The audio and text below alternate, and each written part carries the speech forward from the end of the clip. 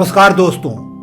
आजकल जिस दिन भी आप अखबार खोलिए एक खबर जरूर आ रही है कि फला आदमी ने फला को डिजिटल अरेस्ट करके इतने लाख रुपए ट्रांसफर करा लिए। कहीं कहीं तो करोड़ों रुपए लोगों ने ट्रांसफर कराए हैं, पढ़े लिखे लोगों ने किया है। ये रुकने का नाम नहीं ले रहा है, जबकि प्राइम मिनिस्टर ने अपने मन की बात में इस पर चर्चा की। सरकार भी बार बार कह रही है, लेकिन आफ्टर ऑल ये घटनाएं क्यों नहीं रुक रही हैं? क्यों लोग फंस रहे हैं इस जाल में? क्या आप इसके मनोविज्ञान को समझना चाहते हैं कि ऐसा हो क्यों रहा है, ऐसे कैसे बच सकते हैं? अगर हाँ, तो इस वीडियो को देखिए, आपको कुछ ऐसी इंसाइट मिलेगी कि आप इससे बच पाओगे। दोस्तों, मैं हूं रामचंद्र राय और आप देख रहे हैं प्रयास विकल्प। यह ऐसा चैनल है जो आपके व्यक्तित्व को मजबूत बनाता है। लेकिन इसके पहले कि मैं वीडियो पर चर्चा शुरू करूं, उन लोगों से मैं ये बात शेयर करना चाहूंगा जो पहली बार हमारे चैनल पे आए हैं। अगर आप पहले से हमारे सब्सक्राइबर हैं तो इसको स्किप करके आगे बढ़ सकते हो और वीडियो को देख सकते हो। दोस्तों, पहली बात, अगर आप हमारा लाइव सेशन अटेंड करना चाहते हैं तो डिस्क्रिप्शन बॉक्स में जाइए, फ्री वेबिनार का लिंक है, उसको क्लिक करिए। और अगर कोई टॉपिक आपके मन पसंद है जो कि शेड्यूल्ड है तो ज्वाइन करिए, नहीं है तो सजेशन दे दीजिए। सजेशन फॉर फ्री वेबिनार का भी लिंक है, हम ऑर्गेनाइज करेंगे और आपको इनवाइट करेंगे। दूसरी चीज, मैं सरकारी सेवा से रिटायर होकर के पर्सनालिटी डेवलपमेंट के फील्ड में काम कर रहा हूं। इसी सिलसिले में मैंने ये चैनल शुरू किया। अगर आप पर्सनालिटी डेवलपमेंट के क्षेत्र में रुचि रखते हैं, इस पर डिबेट में भाग लेना चाहते हैं, तो प्रयास विचार मंच ज्वाइन करिए, जो हमारा कम्युनिटी ग्रुप है। इसका भी लिंक है, आप क्लिक करिए, डिटेल दीजिए, ज्वाइन करिए। तीसरी चीज, मेरा यह मानना है कि जब तक हमारा कर्म सही नहीं होगा, व्यवहार सही नहीं होगा, हम सफल हो ही नहीं सकते, चाहे कोई भी फील्ड हो। और सही कर्म तब हम करेंगे जब हमारे जो विचारधारा सही हो, सोच सही हो। और विचारधारा और सोच जो हमारी बनती है, वो जो इंफॉर्मेशन हम लेते हैं अंदर, उससे बनती है। तो दोस्तों, विभिन्न विषयों पर चर्चा करा करके, इंफॉर्मेशन को सही करके, आपके बिलीफ सिस्टम को बदल करके, आपके एक्शन को बदल करके, आपके पर्सनालिटी में हम ट्रांसफॉर्मेशनल चेंज लाना चाहते हैं। इस उद्देश्य से मैं एक ऐसे प्रोग्राम का संचालन कर रहा हूं, पर्सनालिटी डेवलपमेंट प्रोग्राम का संचालन कर रहा हूं, जिसका नाम है प्रयास फाउंडेशन कोर्स। आप इसे ज्वाइन कर सकते हैं। इसके 5 मॉड्यूल हैं, छात्रों के लिए, वर्किंग प्रोफेशनल्स के लिए, एंटरप्रेन्योर्स के लिए, गवर्नमेंट ऑफिसर्स के लिए और रिटायर्ड पीपल के लिए। अलग अलग हमने बना रखे हैं, उनकी जरूरत को ध्यान में रख के। आप इसका लिंक है पर्सनालिटी डेवलपमेंट का, आप क्लिक करिए, आपको फंडामेंटल डिटेल तो जरूर मिल जाएगा उसमें। लेकिन अगर आप हर मॉड्यूल को समझना चाहते हैं, हमारे वेबसाइट पे जाइए, कंप्लीट इंफॉर्मेशन है, FAQ के साथ आपकी सारी शंका का समाधान हो जाएगा। और आखिर में मैं ये कहना चाहता हूं कि मैं चाहता हूं कि गरीब से गरीब व्यक्ति भी इसके लाभ से वंचित न रहे। इसलिए हमने एक स्पेशल रेवेन्यू प्रोग्राम बनाया हुआ है, जिसमें हमको आपकी मदद की जरूरत है। हम आपसे रुपया पैसा नहीं मांग रहे हैं, हम केवल आपसे ये चाहते हैं कि अगर आपके पास 1 घंटे से कुछ ज्यादा समय खाली है, जो भी आप काम कर रहे हैं उसको करने के बाद, तो आप उसको हमको डोनेट कर दीजिए और हमारे व्यक्तित्व विकास मार्गदर्शक के रूप में, भागीदार के रूप में काम करते हुए इस कार्यक्रम का संचालन करिए, हमारे मार्गदर्शन में, हमारे प्रशिक्षण में, और आपको कुछ इसमें आय भी होगी। दोस्तों, मैं उम्मीद करता हूं कि आप इस लिंक पे जा करके क्लिक करोगे और हमसे किसी न किसी रूप में जुड़ोगे, हमारी जरूर मदद करोगे। दोस्तों, आइए अब हम लोग इस विषय पे चर्चा करें कि आफ्टर ऑल डिजिटल अरेस्ट के मामले रुक क्यों नहीं पा रहे हैं। दोस्तों, इसके मनोविज्ञान को समझना बहुत जरूरी है। मैं मनोविज्ञान के क्षेत्र में काम कर रहा हूँ, पर्सनालिटी के क्षेत्र में काम कर रहा हूँ, इसलिए मैंने जरूरी समझा कि ये जो बीमारी है इसका इलाज खोजा जाए और आपको बताया जाए। आफ्टर ऑल कुछ चीजें कॉमन है, आपने देखा होगा। जिसको भी कोई फोन आता है व्हाट्सएप पे किस पे, जो अपराधी करते हैं, उन्होंने नकली पुलिस थाना बना रखा है, नकली ड्रेस पहने हुए हैं, नकली ऑफिसर बना देते हैं, नकली कोर्ट, सब कुछ बना रहे हैं। लेकिन कुछ चीजें बहुत स्पष्ट है।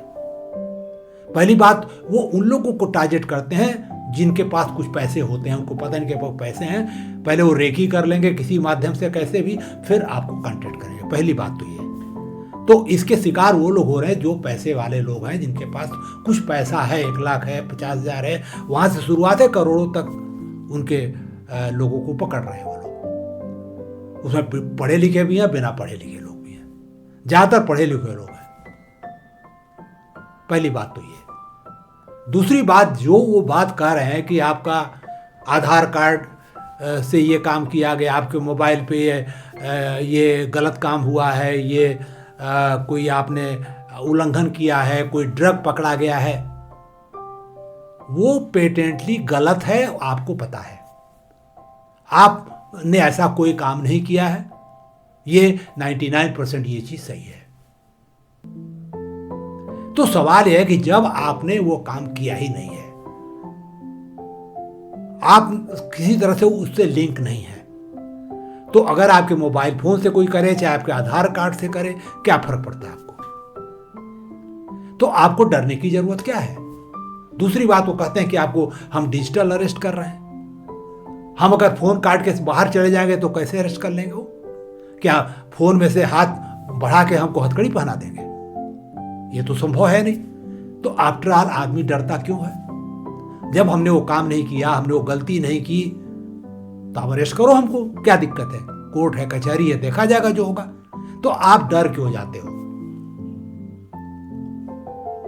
इसका सबसे बड़ा कारण यह है कि जो ये गवर्नमेंट की एजेंसियां हैं, चाहे वो सीबीआई हो, चाहे ईडी हो, चाहे ये हो, चाहे वो हो, चाहे ड्रग वाला विभाग हो, नारकोटिक का विभाग हो, ये इतने कुख्यात हो चुके हैं, इतने लोगों के बीच में इनका भय फैला हुआ है कि लोग ये समझते हैं कि अगर गलती नहीं भी की है तो हमको ये लोग सजा दे देंगे और सालों साल दौड़ाएंगे और जेल में भी डाल सकते हैं बिना गलती के। इस तरह का लोगों के अंदर डर फैला हुआ है। अब सवाल यह है कि डिजिटल अरेस्ट के मामले कम कैसे होंगे?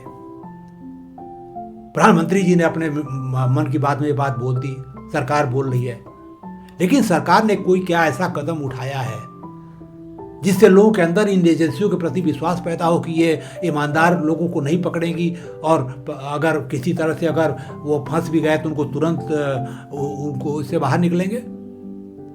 जब तक आप आम जनता के अंदर इस तरह का विश्वास पैदा नहीं करते कि आपको डरने की जरूरत नहीं, अगर आपने गलती नहीं किया है तो आपको डरने की जरूरत है, आपको न्याय मिलेगा और त्वरित न्याय मिलेगा। आज आप एक कोर्ट केस में फंस जाइए तो 40 साल मुकदमा चलेगा, आप कंगाल हो जाओगे कोर्ट में दौड़ते दौड़ते। तो असली कारण इसके पीछे यह है कि सरकार की जो भी एजेंसियां हैं जिसका नाम लेकर के वो लोग आपको बेवकूफ़ बना रहे हैं, आपके पैसे निकाल रहे हैं खाते से, मजबूर कर रहे हैं। अभी एक पीजीआई के डॉक्टर की मदर को उन लोगों ने 18 लाख रुपए ले लिए और वो अपने बहू व बेटे को भी नहीं बता रही है, मारे डर के मारे, जो दोनों डॉक्टर हैं, कि हमारे साथ ऐसा हो रहा है। जब उनको शक हुआ तब जाकर FIR कराया उन्होंने। और वो पढ़ी लिखी महिला हैं, रिटायर्ड शिक्षिका थी हैं। अब आप बताइए कि एक रिटायर्ड शिक्षिका ऐसा क्यों कर रही है? क्या डर है उसको? और एक आदमी से 10 करोड़ रुपया उन्होंने ले लिया और कम पड़ा तो बोला और तुम इकट्ठा करो और यहाँ से लो वहाँ से लो, हमको दो। ऐसी क्या मजबूरी हमारी है कि हम इससे डर जाते हैं? दोस्तों, इसके पीछे सबसे बड़ा कारण यह है कि सरकारी एजेंसियों का भय फैला हुआ है। हमारी जो न्याय व्यवस्था वो बिल्कुल बैठी हुई है, लचर है, लोगों को हरस कर रही है। और तीसरी चीज, हमारी अपनी पर्सनालिटी बहुत कमजोर है। हमारी जो स्पिरिचुअल कोसेंट है और जो कर्मनिष्ठा है, दोनों कमजोर है। अगर हमारी पर्सनालिटी कमजोर है, हम खुद कमजोर हैं, अंदर से टूटे हुए हैं, तो हम डरेंगे नहीं तो क्या करेंगे? अगर मान लीजिए हमको कोई फ़ोन करता है, हम कहें ठीक है तुम जो मर्जी करो, फ़ोन काट के अलग हो जाएंगे, कौन सा अरेस्ट कर लेगा वो, कैसे कर लेगा हमको? जब हमने गलती नहीं किया है, हमने सही कमाया है, हमारा पैसा हमारे बैंक में पड़ा है, क्यों दे दूँ? 1 रुपया भी क्यों दूँ? 1 लाख छोड़ दीजिए आप। लेकिन आप अपनी पर्स को मजबूत बनाइए, लड़ना सीखिए, न्याय के लिए लड़ाई करिए। आज इसी कमी की वजह से प्रजातंत्र फेल हो रहा है। लोग अपने हक के लिए नहीं लड़ रहे हैं, डरे हुए हैं, भेड़ की तरह वोट दे आते हैं बिना किसी रिटर्न गिफ्ट के। सरकार काम करे ना करे, आपको वोट देना है, ये क्या बात हुई? तो सवाल यह है कि ये डिजिटल अरेस्ट की बीमारी है, अगर इसको दूर करना है, इससे बचना है, तो पहली बात, कोई भी फोन आता है अननोन है, काट दिए, उठाने की जरूरत नहीं है। व्हाट्सएप पे कुछ भी हो, और अगर गलती से उठ गया, कोई बोलता है ऐसी बात, बोलो कि तुम भाड़ में जाओ, तुरंत फोन काट के आप अलग हो जाइए, किसी से बात करने की कोई आवश्यकता नहीं है। और ये तो आपका काम हो गया। और दूसरी बात, सरकार को यह करना है कि अपनी एजेंसियों के साख को बरकरार रखे और अपने लीगल सिस्टम को मजबूत करे, ताकि जल्दी जल्दी लोगों को न्याय मिले और गलत आदमी को पकड़ा जाए, उसको सजा मिले। सही आदमी के साथ हरेसमेंट नहीं होना चाहिए। तो जब तक न्याय व्यवस्था नहीं सुधरेगी, सरकारी एजेंसियों की जो प्रतिष्ठा है वो बहाल नहीं होगी, उस पर लोगों का विश्वास नहीं जमेगा, जब तक लोग अपने को मजबूत नहीं बनाएंगे, लड़ने की क्षमता नहीं पैदा करेंगे, इस तरह का बेवकूफ़ी भरा काम होता रहेगा। डिजिटल अरेस्ट ऐसा कोई शब्द है नहीं किसी डिक्शनरी में, लोगों ने इजाद कर लिया और लोग विश्वास कर रहे हैं। पढ़े लिखे लोग, रिटायर्ड टीचर, इंजीनियर, डॉक्टर, जज, ये लोग इस पर विश्वास कर रहे हैं और पैसा निकाल के अपने खाते से लोगों को दे रहे हैं। ये कहाँ की बेवकूफ़ी है भाई? तो दोस्तों, इसका सीधा सीधा मनोविज्ञान है, डर का मनोविज्ञान। एजेंसियों से डर, लोगों से डर, अपने कुकर्मों से डर। अगर ये आप पास नहीं है, इस डर पे आप विजय प्राप्त करते हैं, तो डिजिटल अरेस्ट से आप बच पाएंगे, इसके शिकार नहीं होगे, कोई भी शिकार नहीं होगा। दोस्तों, मैं इन्हीं शब्दों के साथ अपनी बात समाप्त करूंगा और उम्मीद करूंगा कि आपका कोई परिचित इस बीमारी से ग्रसित नहीं होगा। आप इस वीडियो को ज़्यादा से ज़्यादा लोगों के साथ शेयर करिए, ताकि वो लोग भी इस चीज़ को समझें और इससे बच पाएं। दोस्तों, इसके पहले कि मैं अपनी बात खत्म करूं, आपसे कहूंगा कि हेल्थ इज वेल्थ। अपने को फिजिकली और मेंटली फिट रखिए। फिजिकल हेल्थ के लिए आप अच्छी डाइट लीजिए, अच्छी लाइफ स्टाइल अपनाइए, योगा करिए, मेडिटेशन करिए, एक्टिव रहिए, वॉकिंग करिए, साइकिलिंग करिए, स्विमिंग करिए, कुछ समय करिए, अपने को फिट रखिए। और मेंटल फिटनेस के लिए ज़रूरी है कि जो सोशल मीडिया है, प्रिंट मीडिया है, या जो विजुअल मीडिया है, उसमें जो नेगेटिव चीज़ें हैं उससे दूर रहिए। तमाम गार्बेज भरा हुआ है, उससे दूर रहिए, सही चीज़ें ग्रहण करिए, अपने को इम्प्रूव करिए, अपनी पर्सनालिटी को स्ट्रांग करिए। मेंटल फिटनेस रहेगी आपकी, और अगर आप फिट हैं मेंटली और फिजिकली, आप जरूर सफल होंगे जो भी करना चाहेंगे।